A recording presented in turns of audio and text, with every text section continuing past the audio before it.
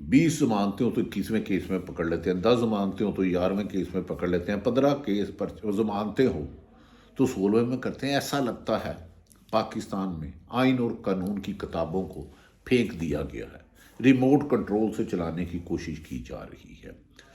آصف بلاول بھٹو نے بھی عمران اب تو نواز شریف کو لاڈلا کہہ دیا ہے۔ انہوں نے کہا ہے اس کو حکومت میں لانے کی کوشش گئی سلیکشن کے ذریعے تو ہم تسلیم نہیں کریں گے، لیکن یہ بات 25 کروڑ عوام کہہ رہی ہے۔ کیا ایسے شخص کو آپ میڈیا کا آپ نے گلا دبا دیا اور ہم تسلیم کرتے ہیں دبایا؟ کیونکہ جو سلوک آپ کرتے ہو نگران حکومتوں یا پی ڈی ایم والوں برداشت نہیں ہوتا۔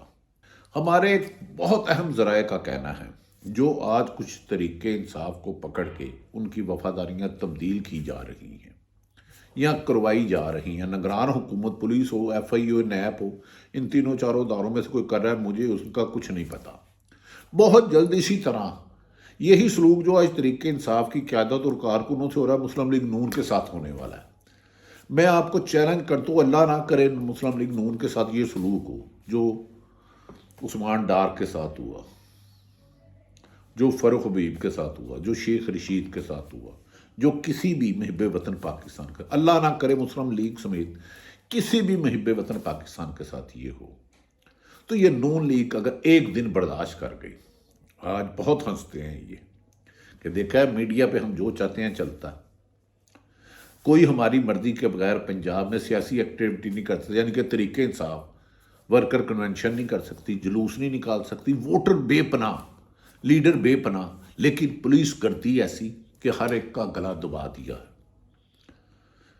ناظرین، میری خبر ہے کہ کچھ حالات میں ایسے حالات چینج ہوں گے آنے والے چند دنوں میں، نون لیگ کی پوچھل پہ پاؤں آئے گا، وہ چیخیں گے کہ مجھے تو وزیر اعظم کے لیے بلایا تھا، اب کہہ رہے ہو کہ وزیر اعظم نہیں بنایا جا سکتا، تو وہ پھر وہی بیانیہ لائیں گے جو پی ڈی ایم کی تحریک میں اداروں کے خلاف تھا، اور وہ پھر مسلم لیگ نون کے رہنماؤں کے ساتھ جو میری خواہش ہے نہ ہو کسی بھی پاکستانی کے ساتھ ناحق ظلم نہ ہو، ان کی جیسے طریقے انصاف کی وفاداریاں تبدیل کروائی جا رہی ہیں، ان کو بھی ان کے ساتھ یہ سلوک کی تیاری مکمل کر لی گئی ہے۔ دوسری طرف نواز شریف جب لندن تھے اور مریم نواز جب پی ڈی ایم میں تھی، ایک بہت بڑا مطالبہ کر رہے تھے، مطالبہ تو مجھے یاد نہیں، ایک فرمائش نواز شریف نے کہا ہے اپنے دوستوں کو کہ وہ پوری کرو، اس کے لیے سنا پیپر ورک ہو رہا ہے، ہوتی ہے یا نہیں ہوتی یہ مجھے کچھ غیب کا علم نہیں ہے۔ میں تو جب تک یاد رکھ لیں کوئی بھی ویلاگ یا ٹی وی پہ بیٹھتا ہوں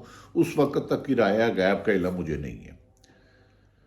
عمران نواز شریف جب لندن سے پاکستان سے باہر تھے، علاج کرانے گئے تھے، اور پی ڈی ایم کی لیڈرشپ جو فرمائشیں کرتی تھی، جو بدلے کی پڑتی، ایک کے لیے سنا پیپر ورک شروع ہو رہا، اللہ کرے وہ بھی نہ ہو۔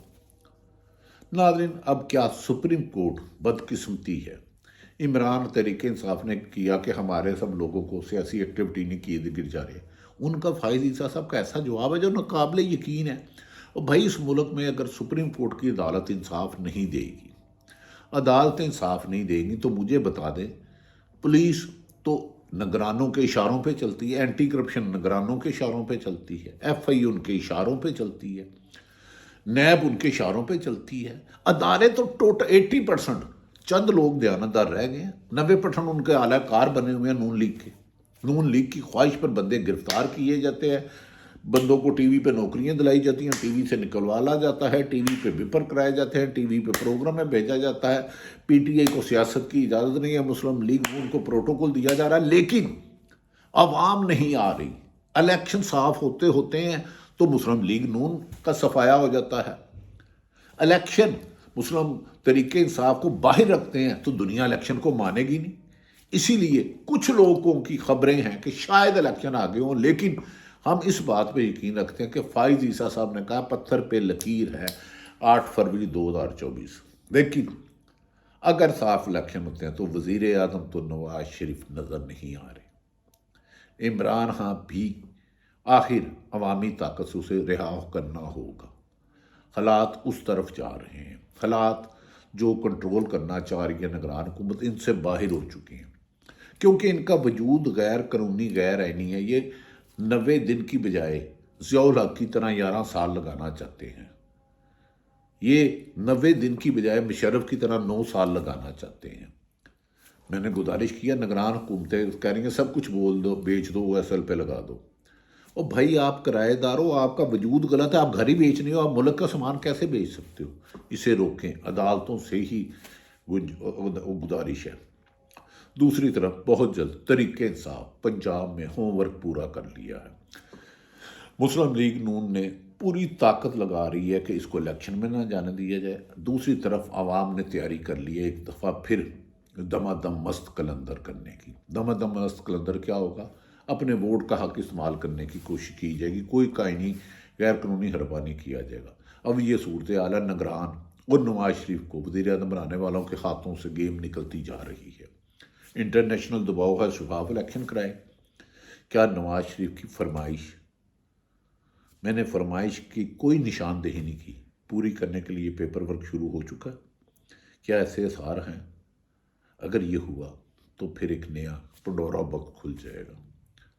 نواز شریف وزیر اعظم نہیں بنتے، کیا نواز شریف کی خاطر، خواہش کی خاطر یا مریم کی خاطر، جو خود کہتی تھی پہلے عمران خان کو گرفتار کرو، جیل میں ڈالو، نااہل کرو، پھر الیکشن کراؤ؟ ایسا کرنا ملک کی امن کے لیے نقصان دہ ہوگا۔ سارے حقائق آپ کے سامنے رکھے ڈرتے ڈرتے۔